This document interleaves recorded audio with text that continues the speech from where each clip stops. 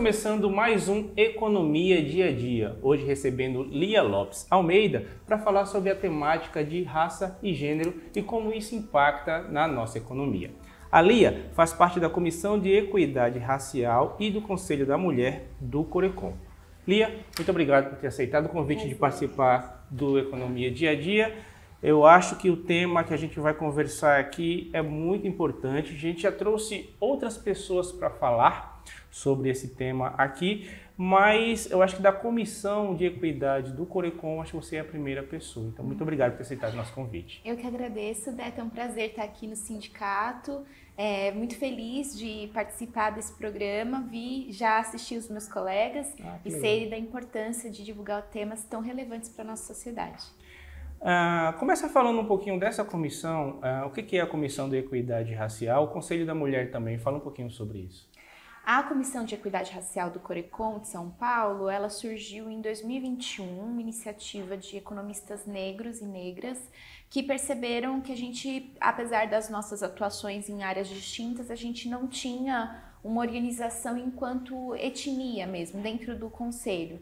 E a importância de destacar esse tema, mostrando que tem pessoas super qualificadas atuando no mercado, para além do tema racial, mas que são vistos apenas por essa identidade, muitas vezes. Então, a gente criamos esse comitê, justamente essa comissão, na verdade, para difundir mais os temas, trazer à tona para a sociedade que existem profissionais qualificados, que estão atuando em várias áreas e, ao mesmo tempo, destacar a relevância desse tema para a economia, como que isso impacta o sistema econômico, como que a gente contribui para a sociedade brasileira.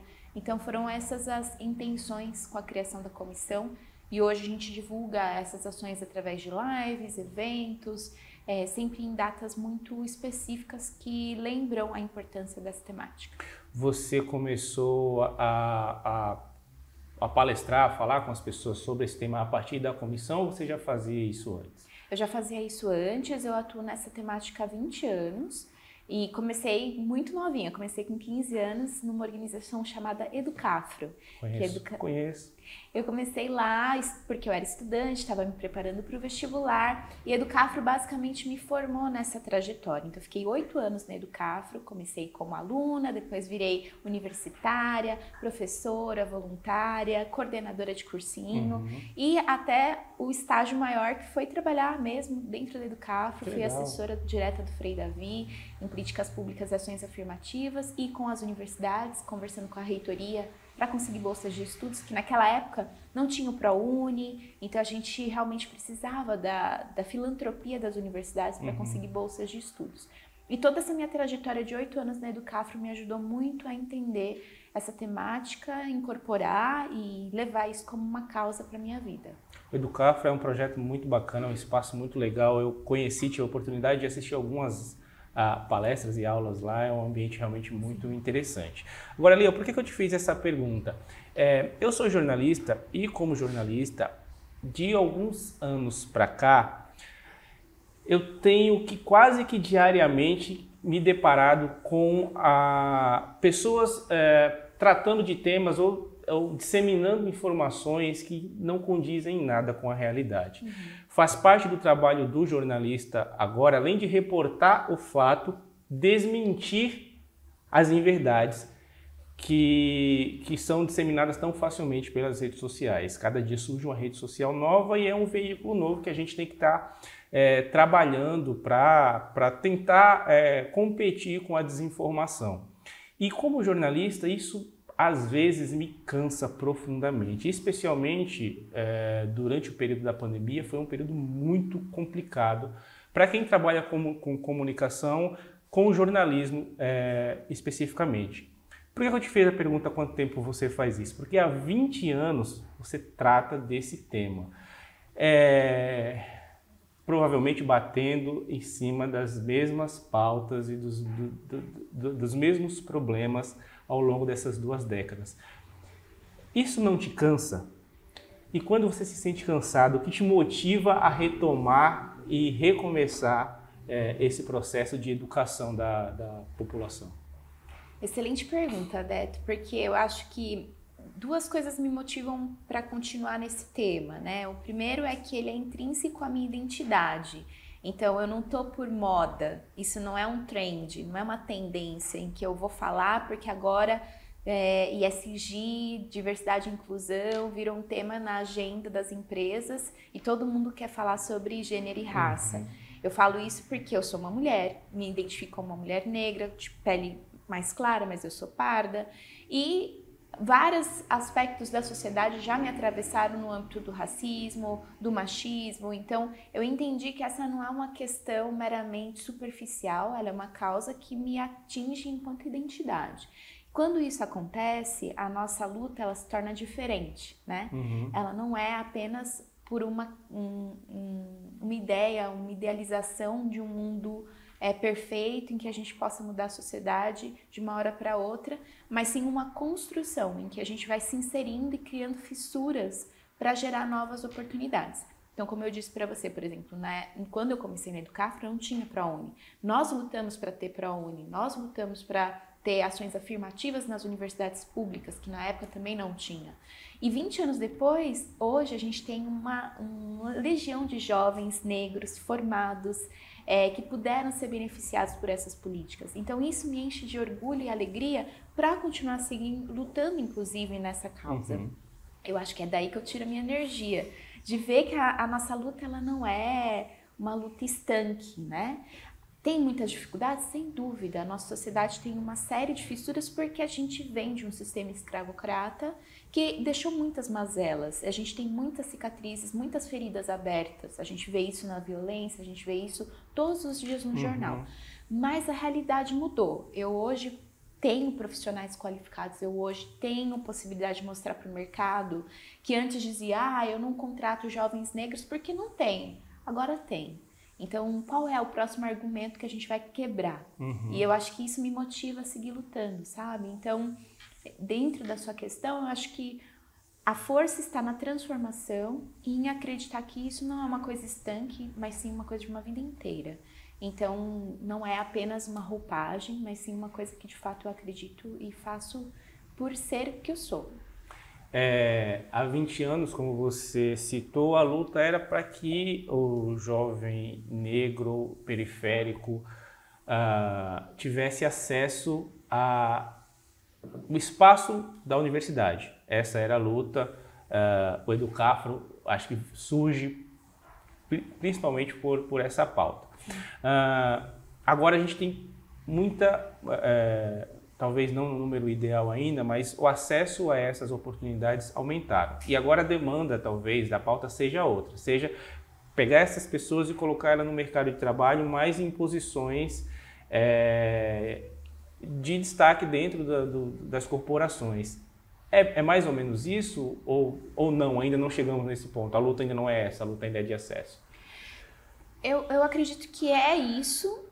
É os dois, na verdade, né? Porque eu acho que é uma constante, né? A gente está falando de uma população de mais ou menos hoje 56% da população brasileira se autodeclara negra, né? Preta ou parda. E a gente, há 20 anos atrás, lutava para acessar a universidade porque a gente queria mais quadros qualificados, porque a gente queria ter acesso. Muitos foram a primeira vez da família inteira que cursaram o ensino superior. E depois disso, durante esse processo de inclusão na universidade, já naquela época, a gente percebeu que o mais difícil não era entrar na universidade. Isso era difícil. Então, treinar, fazer o cursinho, entrar, passar no vestibular. Mas permanecer na universidade também era muito difícil. Primeiro porque você ia ser um dos únicos negro ou negra nessa estrutura. Segundo que envolve recursos. Você tem que pagar transporte, alimentação, xerox de livro, na época se não dava para comprar o livro. Então, a permanência na universidade envolvia um custo que às vezes só a realização de entrar não era suficiente. E nessa época a gente já lutava por ações afirmativas no mercado de trabalho. Então, a gente chegou a entrar em contato com a FEBRABAN na época, com a Federação Nacional dos Bancos, né? Justamente para conversar com o setor privado e entender por que os jovens negros não estavam lá. E aí as desculpas eram pela qualificação, porque não tinha inglês, porque não tinha intercâmbio, enfim, aí uma série de coisas envolvendo meritocracia. E a gente foi desconstruindo isso ao longo de 20 anos. Hoje a gente tem jovens qualificados que entraram no mercado de trabalho, estão construindo a sua carreira, mas perceba, há uma distinção entre aqueles que eram empresários na década de 80, 90, negros, que não teve nenhum tipo de ação afirmativa, e aqueles que tiveram o apoio da ação afirmativa para entrar no mercado. Então, agora, o debate é esse, exatamente, ó. Nós temos pessoas qualificadas, nós já mostramos para vocês que a gente é capaz, é bom, mas como que a gente consegue ser ouvido e respeitado se a gente não acessa espaços de liderança? E esse está sendo um momento, né? Eu acho que diversidade e inclusão e ESG está evidenciando cada vez mais que a gente precisa também estar em espaços de decisão, tomada de decisão, mas também de liderança. E a gente é capaz de fazer isso. Então a luta ainda continua de acesso, porque a gente tem uma quantidade enorme de pessoas que ainda não entraram na universidade, e ao mesmo tempo ascensão no mercado de trabalho, já que a gente conseguiu conquistar algum espaço, mas agora a gente está galgando mais e mais, né? A permanência dessas pessoas na faculdade ainda é uma questão, como você citou que era, ainda é? Sim, eu acho que a pandemia evidenciou mais ainda isso, né? Durante a pandemia, vários jovens negros e várias outras pessoas, né, não conseguiram continuar na universidade justamente pelo elemento permanência. Porque nós não somos herdeiros, nós temos que trabalhar para se sustentar. E no momento em que a primeira situação de instabilidade, você é cortado do mercado de trabalho, isso afeta toda uma estrutura. Então, se você não tem emprego, tem uma música que fala isso, né? Negro sem emprego fica sem sossego, negro é a raiz da liberdade. É exatamente isso. Se você não tem como se sustentar economicamente, você não consegue também realizar os seus sonhos, das suas ações. E os estudos e o trabalho estão intrinsecamente ligados. Agora, Lia, das maiores causas de evasão escolar de mulheres no ensino médio é porque ela tem que trabalhar ou engravida e acaba tendo que deixar o ensino médio. Na faculdade você está me falando que é a mesma coisa.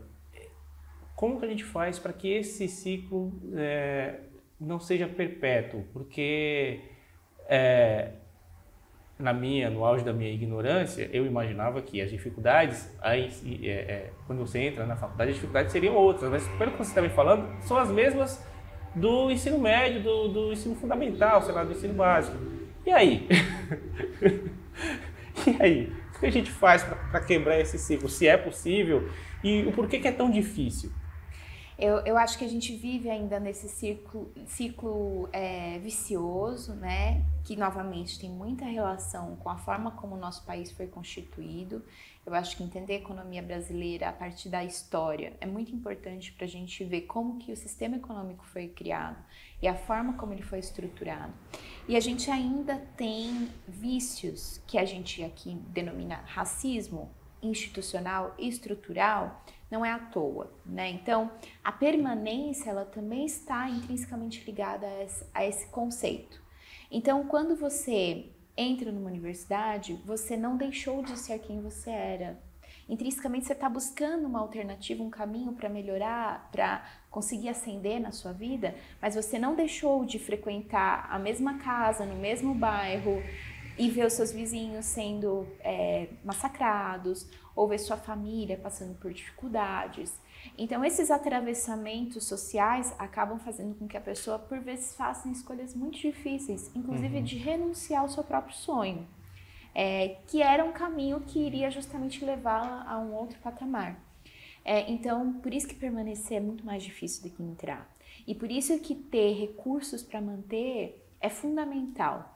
Justamente porque as pessoas ainda estão muito vinculadas a esse legado, né? A gente traz o legado.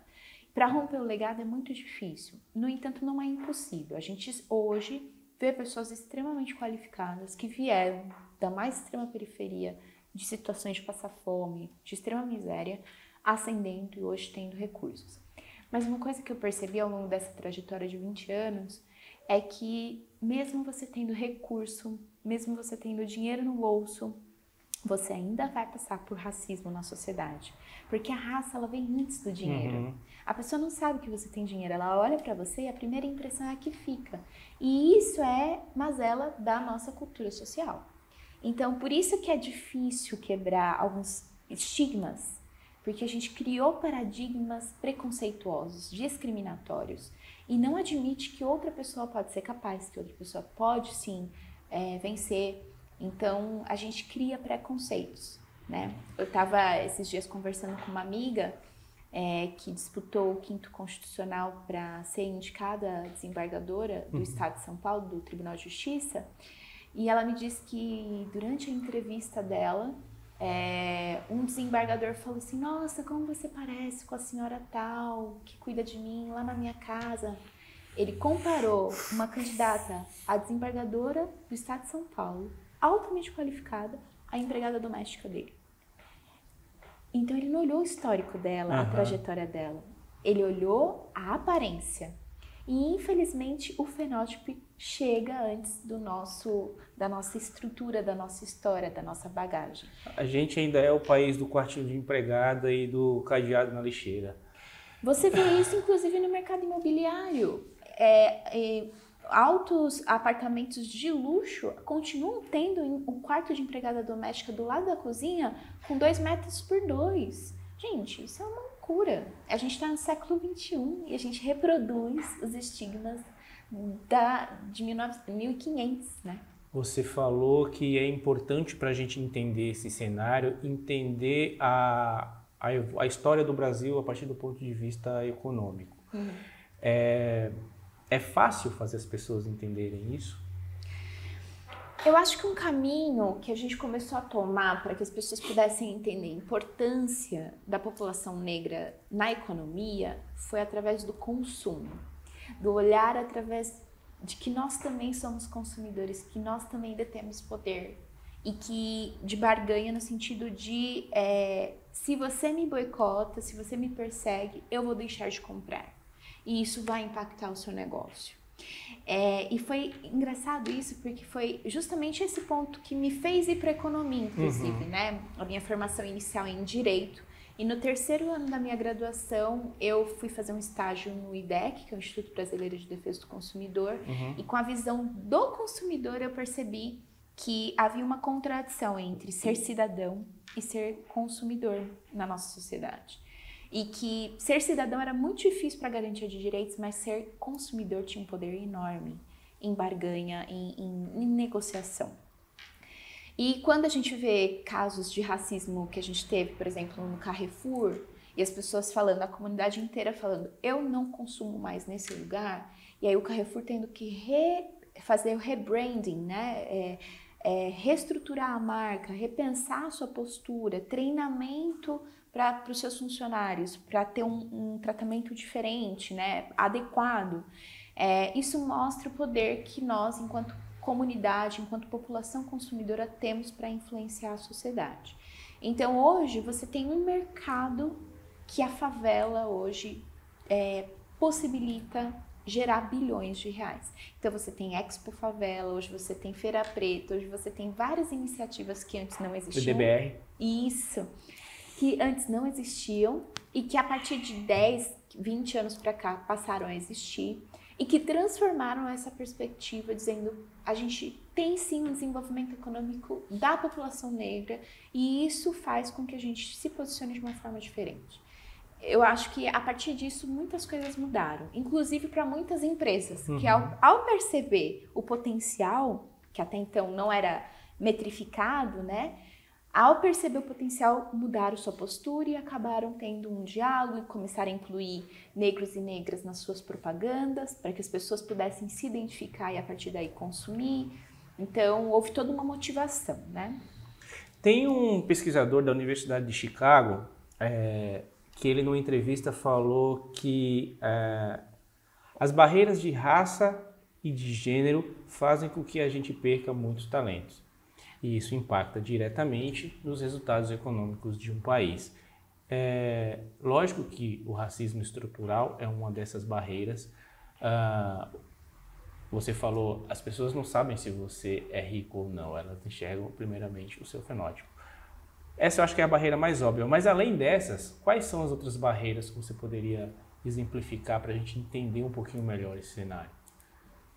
Eu acho que a principal, essa barreira histórica que institui o racismo estrutural é a principal barreira, e isso vai levar muitos anos para a gente mudar. Eu acho que aí a luta do movimento negro, ela é fundamental, e já havia aí movimentos abolicionistas, então a gente não está falando de um movimento, é um dos movimentos mais antigos do Brasil, né? Então, assim, a gente está falando de uma resistência e luta por mudança de mentalidade, de estrutura social muito grande.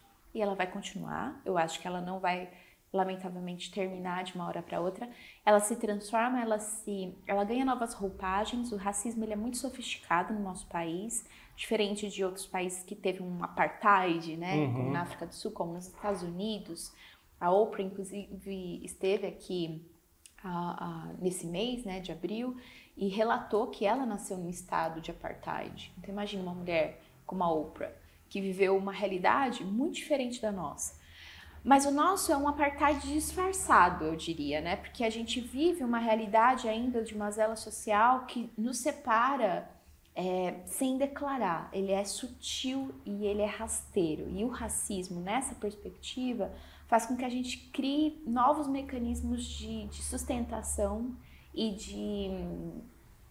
de resistência que se renovam. Então você vai ver racismo na tecnologia, por exemplo, agora tem um projeto chamado Smart São Paulo, que é a implementação de câmeras de segurança para identificação da identidade no transporte facial, público, no metrô, no transporte público, nas ruas, para instituir uma cidade inteligente. Eu não sabia que tinha aqui em São Paulo, eu vi esse projeto no Rio de Janeiro. Tem no interior de São Paulo, em Vinhedo, em 2018, eu tive a oportunidade de conhecer esse projeto lá, que são projetos de cidades inteligentes.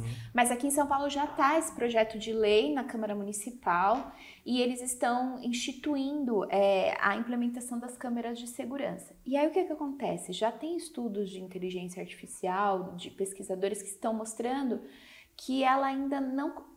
Quando você vê um rosto negro, de uma pessoa negra, retinta principalmente, ela não consegue identificar as diferenças de uma pessoa para outra. E aí muitas pessoas, inclusive, são criminalizadas sendo inocentes meramente pelo seu fenótipo. Então a inteligência não consegue distinguir as questões, né, fenotípicas. E aí o que começou a acontecer é exatamente isso. Por exemplo, esse projeto de inteligência que visa a segurança, na verdade, vai reforçar a criminalidade da população negra. Então, vários grupos do movimento negro estão acompanhando esse projeto para entender, mas como que vocês estão treinando essa inteligência artificial? Como que vocês estão especificando que isso vai atingir efetivamente no âmbito para a segurança e não para a marginalização, para a criminalização? Então, perceba, isso comparado à lei de... Uma das primeiras leis discriminatórias do nosso país foi a de vadiagem. Quando você teve a abolição da escravidão. Logo após a abolição da escravidão, isso. E as pessoas ficavam na rua porque elas não tinham mais o trabalho, né? Então, o que acontecia? Se você estava sem fazer nada, você era preso por vadiagem. É o encarceramento da população negra sendo sofisticado nos dias de hoje. Então, já se passaram quase 200 anos. E como que vocês estão debatendo, eu falo, os grupos que você participa, estão debatendo essa questão com um governo que está tirando recurso, por exemplo, das câmeras corporais? E quer investir nessa identificação facial, mas não quer que o seu policial militar tenha uma câmera que serve comprovadamente para proteger também o policial. Como que se debate isso com um governo que tem esse modus operandi? Governos vão e vêm. E a gente elege esses governos, né? Então, nós estamos falando de um estado conservador. O estado de São Paulo é um estado conservador. Não é só a capital de São Paulo. Não, principalmente o interior de São Paulo é muito conservador. Exatamente. Então, a gente precisa considerar que existem grupos de interesses por trás disso, né? Que legitima esse tipo de ideologia, inclusive, que acredita que essa é uma ideologia adequada. que tirar a câmara do policial dá mais autonomia pro profissional.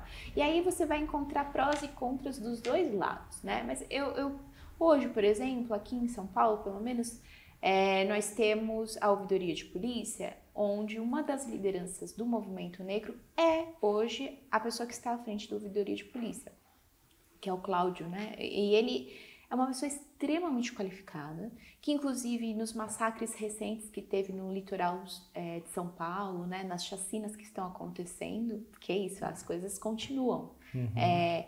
Ele está acompanhando de forma muito veemente, vendo como que esses profissionais agiram, como que a polícia está se portando. Por eu ter atuado durante a minha graduação de Direito nessa área de violência policial de forma muito forte, eu ajudei a mapear os crimes de maio de 2006. Então, há um modus operandi que é a violência se reproduzindo institucionalmente. E eu também pude acompanhar a Secretaria de Justiça do Estado de São Paulo, fiz treinamento, inclusive, através da Prefeitura de São Paulo, na época que eu trabalhei, para treinar os servidores públicos para ter um olhar apurado sobre essa questão racial. Então, há meios. Eu acho que, de novo, lembra que eu falei das fissuras, né? Eu acho que o mais importante é você ter diálogo. Mais do que o entendimento de que a política vai se transformando, é importante você ter abertura para mostrar o outro lado e, a partir daí, construir ações. Nesse sentido, eu acho que esse governo, por N razões, tem um pouco mais de abertura de diálogo e possibilita que a gente consiga ver outras formas. Não estou dizendo que ele é bom ou ruim, só estou dizendo que a abertura para conversar e para construir possibilita que a gente não caia na mesmice, no sentido de reproduzir violências, né? E há aprendizados acumulados. Então, mesmo que institucionalmente você tenha um governador, ao mesmo tempo você tem um ouvidor que está dizendo: isso aqui é uma política que eu vou manter, ela é fundamental para os processos administrativos contra os profissionais que têm uma conduta ou que são milícias dentro da própria instituição. Então, existem formas de investigar, mas eu acho que a resistência o Frei Davi falava muito isso, e é verdade: água mole em pedra dura, tanto bate até que fura. Sim. A gente nunca pode parar e tem que continuar fazendo as nossas partes. Eu citei o governo por ser um reflexo dessa sociedade conservadora aqui de São Paulo, mas a gente pode levar isso para o âmbito federal com esse debate que está tendo sobre a discriminação do porte e da posse de drogas. É um debate que deveria ser muito mais técnico. Ao apresentar, por exemplo, o seu voto, você como advogado deve ter acompanhado, o ministro Alexandre trouxe dados comprovando que a mesma quantidade de maconha que um jovem carrega, por exemplo, em Itaquera, no Arthur Alvim, na leste de São Paulo, e é preso por isso, um jovem que está em Alphaville e está em outra região nobre de São Paulo, ele não é preso por essa mesma quantidade.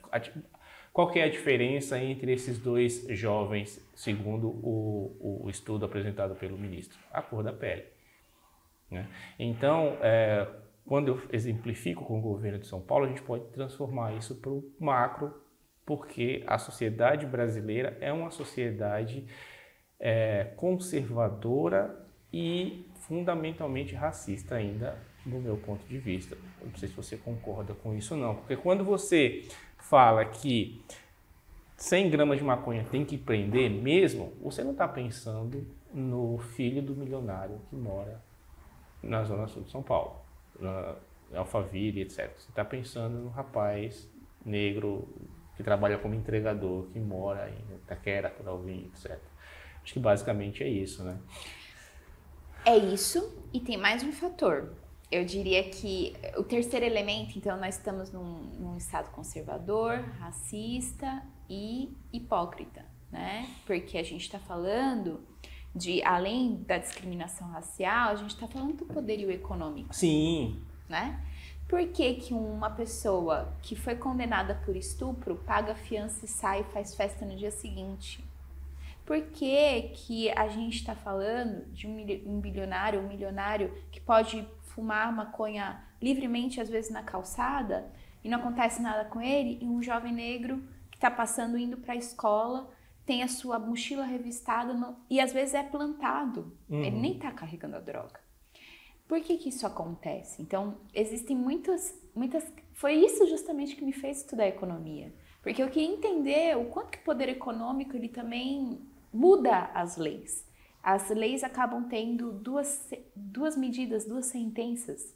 Por que que a justiça, ela fica relativa nessas situações? E o que eu entendi foi exatamente isso, que o nosso país, ele tem sim um elemento histórico e social que é muito baseado no poderio econômico, na forma como as famílias são constituídas, no seu sobrenome, na sua origem, aonde você está, o seu CEP, a sua identidade diz muito de você no nosso país. E isso impossibilita oportunidades. Voltando a uma pergunta que você fez sobre a questão da gente estar perdendo talentos por diversidade e inclusão, a McKinsey fez essa pesquisa em 2017, 2018, se eu não me engano, e revelou isso, que se tivéssemos mais mulheres e negros em conselhos de administração de empresas, ou na liderança, né, na diretoria, ou em âmbitos de gerenciamento e coordenação, as empresas poderiam render mais lucrativamente de 20% a 30%. Então, isso não é... Por que que isso acontece? Porque você atribui ao mercado visões diferentes. Se você está falando sempre com a mesma bolha, você não tem inovação. O fato de você trazer olhares diferentes é que causa inovação e possibilita a gente criar coisas diferentes. Só que quando você estigmatiza e fala, esse jovem que está aqui, negro, que está andando na periferia, tem mais possibilidade de ter uma vida voltada à criminalidade, e esse jovem que está Alphaville não, você está minando por um estigma, por um preconceito, e aí obviamente é uma discriminação, caminhos de vidas completamente distintos, que poderiam ser o oposto. Justamente um jovem de Alphaville pode ser um criminoso, como a gente vê, e muitos jovens de periferia podem ser grandes fundadores de empreendimentos, que criam oportunidade, que gera renda para sua comunidade. Inclusive, os verdadeiros traficantes moram em Alphaville, eles não estão nas periferias das cidades. Eu lembro de há uns 5, 6 anos atrás, provavelmente isso, eu tenho entrevistado uma professora e a minha conversa com ela foi justamente sobre a falta de lideranças dentro das empresas. Por que é tão difícil ter mulheres negras ocupando cargo de liderança nas empresas? Esse é o primeiro ponto da minha pergunta. E o segundo ponto isso talvez seja uma cultura enraizada dentro da própria empresa, que vem do seu fundador e dos seus herdeiros, etc, etc, etc. Hoje antes da nossa conversa, eu estava lendo uma matéria da Forbes que fala que os 30 novos bilionários que apareceram no planeta... São todos herdeiros. Todos os bilionários que apareceram no planeta no último ano, os que têm 30 anos ou menos são todos herdeiros.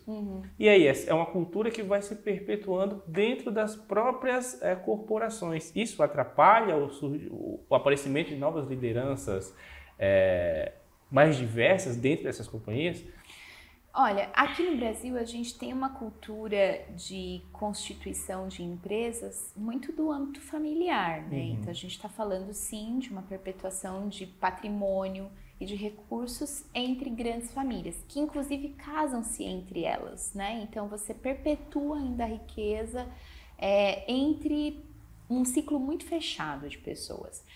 Mas existe, eu acho que no âmbito de construção de um negócio, existe uma questão que se chama, dentro do ISG, que é a governança, que envolve cultura institucional, né? Então, a cultura institucional, quando alinhada com aspectos de diversidade e inclusão, que é a OS, né? Ela possibilita, novamente, recursos, aprimoramentos e entradas em setores que antes você não tinha, né? Então, eu gosto muito de uma fala da Luísa Helena Trajano, Sim, do Magazine Luiza, quando ela começou o processo de implementação do programa de diversidade, porque ela falou, eu estou aqui na empresa. E eu lembro que isso repercutiu muito pro bem e pro mal, né? E assim, essa fala foi muito interessante porque estamos falando de uma dona de uma empresa que é familiar, que cresceu absurdamente numa plataforma, mas ela percebeu, eu sou a única mulher? Como assim? E não tem outras? E tem, e tinha. Mas a cultura institucional não estava preparada para abrir espaço. E aí o diálogo não é tipo mulheres contra homens. Eu concordo plenamente com isso. As mulheres não querem tomar o lugar dos homens. Os negros não querem tomar o lugar dos brancos. O que a gente está buscando é oportunidades. Só que essas oportunidades não estão sendo iguais. Então, como que a gente faz com que isso mude? Criando novas instituições dentro dessa cultura institucional, novos paradigmas que possibilitem a ascensão. Mas para isso você precisa ter o que a gente chama dentro do direito de discriminação positiva, que é quando há uma disparidade de N fatores envolvendo gênero e raça, você precisa criar um elemento que minimamente equipare isso. Então você vai discriminar. Então o programa de trainee só para pessoas negras, mulheres e negros era efetivamente um programa focado para isso, porque ela queria essas pessoas para entrar na empresa, na estrutura, porque senão ela ia reproduzir mais do mesmo. O ciclo não estava no processo de meramente, porque eu quero fazer a diferença. Eu preciso criar mecanismos para. E você tem informações do resultado desse processo, especificamente no Magazine Luiza? Foi bem sucedido? A proposta funcionou? Continuou? Na época da pandemia que ela anunciou, o que eu acompanhei foi que ela fez consultorias com instituições negras, então assim, ela foi bem respaldada na construção do programa e depois disso houve uma entrada assim de pessoas negras em cargos de liderança, o que ajudou a inspirar os profissionais da base, que eram negros, a ter referência, novamente. Isso. Se você não tem referência na mídia, se você não tem referência no trabalho, se você não tem referência nos estudos, quantos professores e professoras negras você teve? Em economia ainda? Raríssimos. Então você vai vendo que isso é estrutural. Se você não tem, dificilmente você se enxerga chegando lá. E o fato de você ter possibilita motivar as pessoas a terem um mínimo de ambição. Não é ganância, é ambição de crescimento institucional e profissional. Então, ao longo do tempo, eu não cheguei a ver quantas pessoas efetivamente o programa chegou a incluir, mas houve um início, acredito que de 10% para começar a ter uma modificação. Hoje eu não sei se o programa, inclusive, continua, imagino que sim, porque inspirou outras empresas de outros setores, inclusive, a fazerem o mesmo, mas ainda é um nicho para poucos. Esse exemplo é o mesmo exemplo da época que as universidades públicas começaram a criar os seus programas de ações afirmativas antes de ter o STF informando que teria isso como uma regra geral, né, como uma lei. Mas cada uma fazia de um jeito, né? E agora eu acho que a gente está criando mecanismos para ser uma coisa mais padronizada, mais estruturada, que de fato seja levado a sério e que as instituições coloquem isso como uma prioridade, principalmente, né? Então você precisa de uma liderança familiar, dizer, não quero mais a reprodução da discriminação dentro da minha instituição, para poder mudar essa figura. Mas quantas outras empresas não têm esse mesmo tipo de prática, né?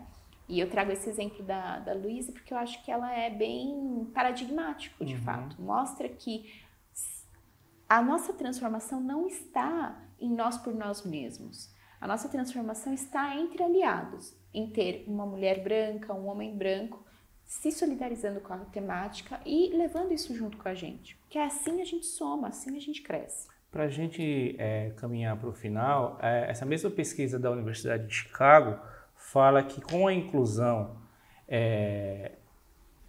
de mais diversidade na economia, de mais negros e negras participando na economia, especialmente de funções que não sejam da base da pirâmide, faria com que a economia de países como Brasil e Estados Unidos crescesse, sei lá, 10% do PIB. Quanto que a gente está perdendo de dinheiro, você agora explorando a sua visão de economista, quanto que o Brasil perde de dinheiro, de crescimento, de geração de emprego, com, por exemplo, sei lá, 33%, 38% das mulheres negras do país estando abaixo da linha da pobreza? Olha, a gente perde muito, não vou conseguir quantificar agora para você, Mas eu quero que você entenda uma coisa, e eu vou, dentro de todos os temas que nós abordamos, eu vou mostrar para você como a gente perde. Então, vamos voltar para o tema da violência policial, da criminalização, encarceramento ou assassinato de jovens negros. Daqui 20 anos, a população brasileira vai ser mais idosa do que jovem. E você está matando o potencial, não só de mão de obra, a gente está falando da força que iria manter a estruturação econômica do nosso país ativa, né? Que é o que a gente chama de PEA, pessoas economicamente ativas. Então, ao assassinar ou a criminalizar, você já está condenando uma boa parte da nossa população a um futuro que não é produtivo. Vamos voltar para as mulheres. O fato da gente não ter programas que têm um olhar de gênero, na pandemia, por exemplo, isso ficou evidente. A primeira pessoa que, quando né, a família se viu reunida numa situação de extrema vulnerabilidade, os primeiros a perderem empregos nessa situação foram as mulheres. Não porque elas ganhavam mais ou menos numa disputa salarial, que ela sim é determinante nessa questão, porque se a mulher ganhasse mais, talvez na relação entre homem e mulher, pô, você ganha mais, então eu é que vou abrir mão do meu emprego. Mas como as mulheres ganham sempre menos, e o Diese já divulgou agora em março novamente a pesquisa, mostrando que continua sendo reforçado isso. Mulheres brancas e mulheres negras ganham menos do que homens brancos e homens negros, mas numa linha de hierarquia, mulheres negras ganham um terço menos, chega a 27%, se eu não me engano, a menos que um homem branco e que uma mulher branca. Então, imagina... Se essa disparidade já está acontecendo com a mesma qualificação, eu não estou falando de pessoas com formações diferentes, as pessoas com a mesma formação, e só pela sua identidade de gênero e raça ganhar um terço a menos, o que vai acontecer? Novamente, volta para o círculo vicioso de ela que tem que ficar desempregada, ela que tem que ficar cuidando da casa, cuidando dos filhos, abrindo mão da sua carreira profissional e, consequentemente, não tendo oportunidade de geração de renda. Então, mais uma vez, você está matando um outro potencial gigantesco. E as mulheres negras, elas, além de serem as primeiras empreendedoras, eu uso esse termo, mas obviamente que não é, mas se você parar para pensar, as primeiras empreendedoras do nosso país foram as mulheres negras, na época da abolição da escravidão, que na Bahia, elas faziam cocada, vendiam as cocadas, vendiam o acarajé e com o dinheiro que elas arrecadavam dessas vendas, elas compravam alforrias de outros escravizados. Então, ali já era um movimento, assim, óbvio, né, mas de impulsionar através da liberdade econômica, né, do recurso, liberdade física, humana, né? Então, você vê mulheres nessa condição. E eu penso que o terceiro elemento que a gente já abordou aqui é tanto empresas quanto o Estado, ao não incorporarem pessoas negras nos quadros de liderança, por isso que a gente está lutando por ações afirmativas nos concursos públicos, por isso que a gente está lutando por ações afirmativas no mercado de trabalho, a gente perde em potencial criativo e de diversificação dentro do próprio mercado. Então, você não ter diferentes olhares impossibilita a criatividade e impossibilita você ter as representações que fazem com que as pessoas consumam. Então, tudo isso impacta, percebe? Se a gente mensurar isso, eu tenho absoluta certeza que vai chegar num percentual do PIB considerável, mas você vê hoje um movimento muito grande de marginalização, de pejotização do mercado de trabalho, caindo principalmente na população negra, né? Por isso que as mulheres negras são as que mais empreendem, porque elas perderam o emprego. Elas perderam o emprego formal e acabam indo para o mercado informal. Então, você começa a ver um movimento de ressignificação do próprio mercado para adequação, porque as pessoas precisam sobreviver. Então, toda essa transformação impacta a economia.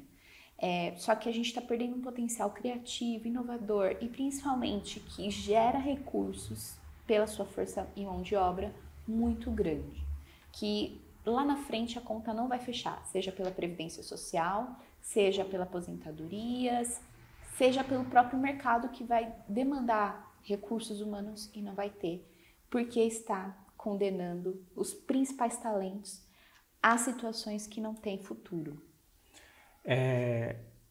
eu quero encerrar o nosso bate-papo, mas eu não posso deixar de te fazer uma pergunta. Depois de tudo isso que a gente conversou, a gente, num determinado momento, eu especialmente, falei sobre a questão da gente ser um país muito conservador. Ao mesmo tempo que a gente é um país pobre, muito pobre. Então, tem jovens e homens negros periféricos que são bastante pobres, tem mulheres jovens negras periféricas que são bastante pobres, tem homens brancos que também são muito pobres e que vivem nessas mesmas regiões. O movimento negro é um movimento muito organizado, com avanços e recuos, mas é um movimento que se organiza e que vão dando esses pequenos passos que você falou pra gente ao longo desse bate-papo. Só que esse mesmo homem branco que está lá, e ele vê que um jovem negro consegue um acesso a uma universidade, ou consegue acesso a um programa de trainee, mas o filho dele não consegue, ou ele não consegue, isso vai despertando um sentimento reacionário nessa pessoa. A gente está vendo um exemplo parecido, nos Estados Unidos, só que lá com os imigrantes, por exemplo. E aí vai crescendo, vai tornando esse homem cada vez mais conservador e cada vez mais frustrado diante daquela situação que ele vive. Como mostrar para essa pessoa que esse pensamento dele é um pensamento idiota, que a evolução financeira e econômica daquele grupo vai fazer com que ele também cresça, talvez não diretamente, mas indiretamente, porque serão mais empreendedores, mais empresas sendo abertas, mais empregos sendo gerados, e que isso mais gente comprando no mercadinho da esquina, que vai fazer com que os preços baixem, etc, etc, etc. Isso também impacta na vida dele. Como demonstrar para essas pessoas que, aquilo que você disse, não é que o negro ou o periférico está tirando ou está querendo competir com ele. As oportunidades que eles alcançam também vai fazer com que ele cresça e melhore de vida. Não sei se eu consegui ser claro na minha linha de raciocínio, mas eu vejo os dois, na verdade. Eu vejo isso que você está trazendo de jovens totalmente desestimulados, desacreditados de um futuro diferente, justamente porque vê tantas disparidades na sua realidade que é difícil ver uma alternativa, né? Uma luz no fim do túnel quando você está num mundo em que não tem outras possibilidades, né? Mas na sua fala, eu acho que uma coisa que vale dizer é que o Brasil é um país rico, ele não é um país pobre. Nós somos uma das 10 principais um país economias rico, mas tem uma do concentração mundo. de renda que torna... Isso, o que o Brasil é um país desigual. desigual. Eu acho que a gente é um país rico. Tudo que a gente planta nasce. Isso é raro em muitos outros países. E a gente tem uma diversidade de pessoas, de culturas, de origens magnífica. Isso, eu já tive a oportunidade de conhecer outros lugares do mundo e assim, não tem nada igual ao Brasil. Então assim, nós temos tudo para ser a potência do mundo. E não é à toa que a gente está nos BRICS, não é à toa que a gente está no G20, não é à toa que a gente está em setores econômicos muito bem estruturados e negociando pau a pau com grandes nações. Mas a desigualdade, ela é o que gera esse ciclo vicioso que nos impossibilita de avançar. Justamente porque a gente cria um processo de vitimização muito grande, onde a gente sempre está vendo a injustiça se recaindo em pessoas com as mesmas condições. E é isso, a injustiça, a desigualdade, são os principais elementos que fazem com que as pessoas fiquem desestimuladas, desacreditadas.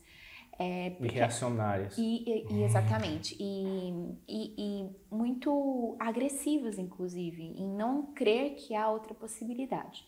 Ao mesmo tempo que existe esse movimento, por outro lado, muitas pessoas veem justamente no processo de desigualdade uma oportunidade.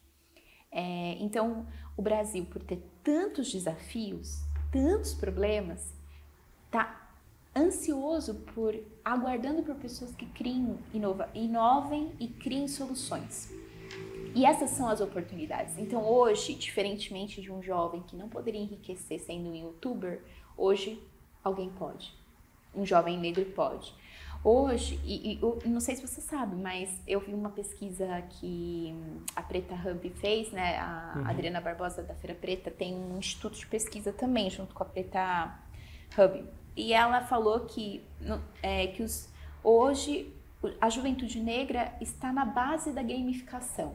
Então, os maiores gamers do nosso país são jovens negros. Então, a gente está na tecnologia, a gente está na inovação, a gente está no empreendedorismo. A maior população empreendedora é negra. A maior população de gamers é negra.